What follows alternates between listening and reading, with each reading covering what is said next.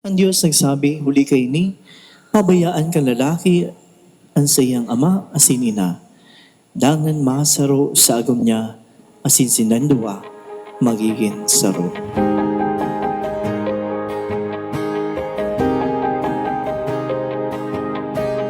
Hi babe, sa wakas dumating na ang oras na pinakahihintay natin.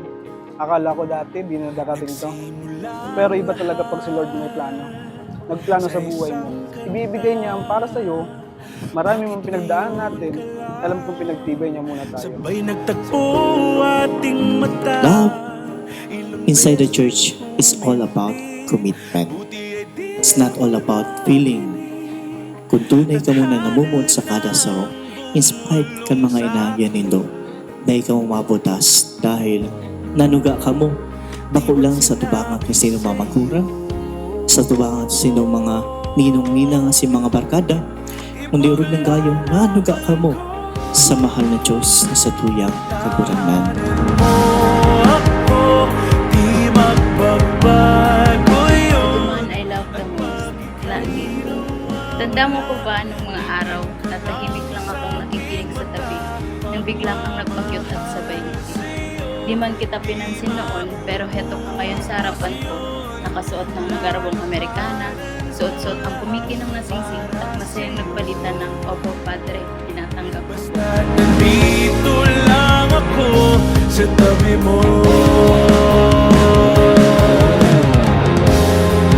Aaminin sa'yo. Kaya babe, tandaan mo. Sa hirap man o ginhawa, sa lungkot o saya, sa sakit o sigla, hindi kita iiwan hanggang sa uli kong huli.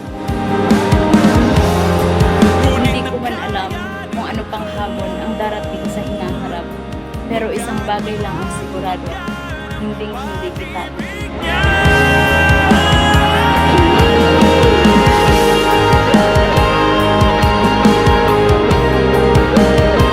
Kung ang buhay nindo nabubuhay sa grasya o sa virtue, o nabubuhay na sa bisyo, kasi kung ikaw mo nagluluya na, ay makaliha na may matabang sa ito.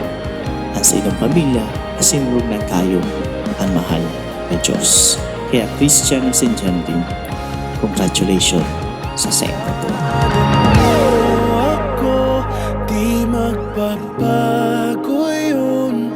At Anong man ang pag-aaway, hindi pagkakaintindihan, tandaan mo, ikaw at ikaw pa rin ang pipiliin ko sa araw-araw. I love you, Mrs. Ko. mahal sa'yo, di mauubos yun.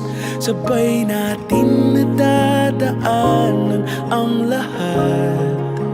Kahit anong pagsubok pa ang dumating sa atin, hindi yan magiging hadlang sa kung anong nasimulan natin, padangaton takalagit. At sakunin tayo ng may kapal.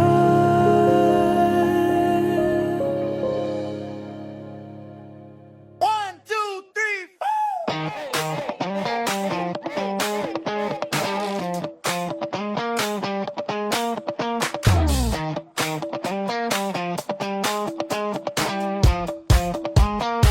gusto ko lang naman malaman Sige niyo po, sige po. na ang isipan ko'y gulong-gulo. Ay, kaso may mic pa. Nagtatanong kung susundan. Kuya, kala ko sa reception. Iba man to. Ay, iba. O sige. Alam mo bang Hindi minamahal ka na abayta. Siyempre, alam mo na. Bapo. So, kay April sa pinakamataray and mga matahimik na tao. Arvin dyan, ang sa kong gwapong best man. Kay Sherin, thank you din sa sa Gabon. And,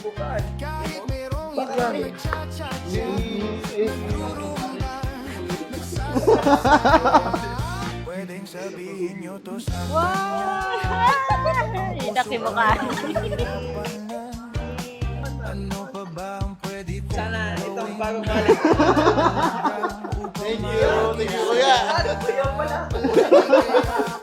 Thank you! Welcome!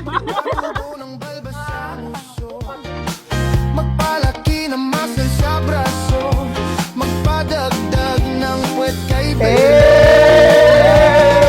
buksan mo, papasukin mo na, may tsokolating dala. Shit, sorry. Ng pag-asa ang puso ko sinta. Hi Lagit, sana magustuhan mong regalo ko para sa iyo. Alam ko na hindi ka masyadong gagala para magamit mo ito, pero alam ko din na hindi ka makakaalis hanggat hindi mo napipil na okay yung suot mo.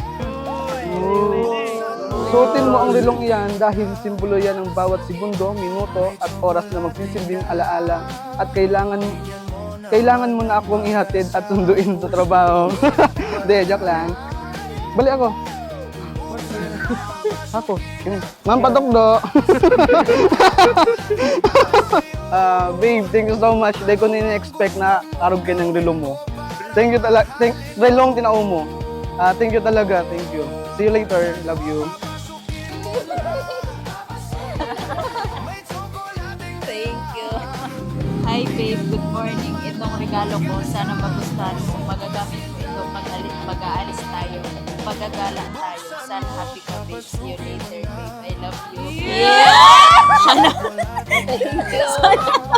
Bigyan mo naman ng pag-asa ang puso ko sinta.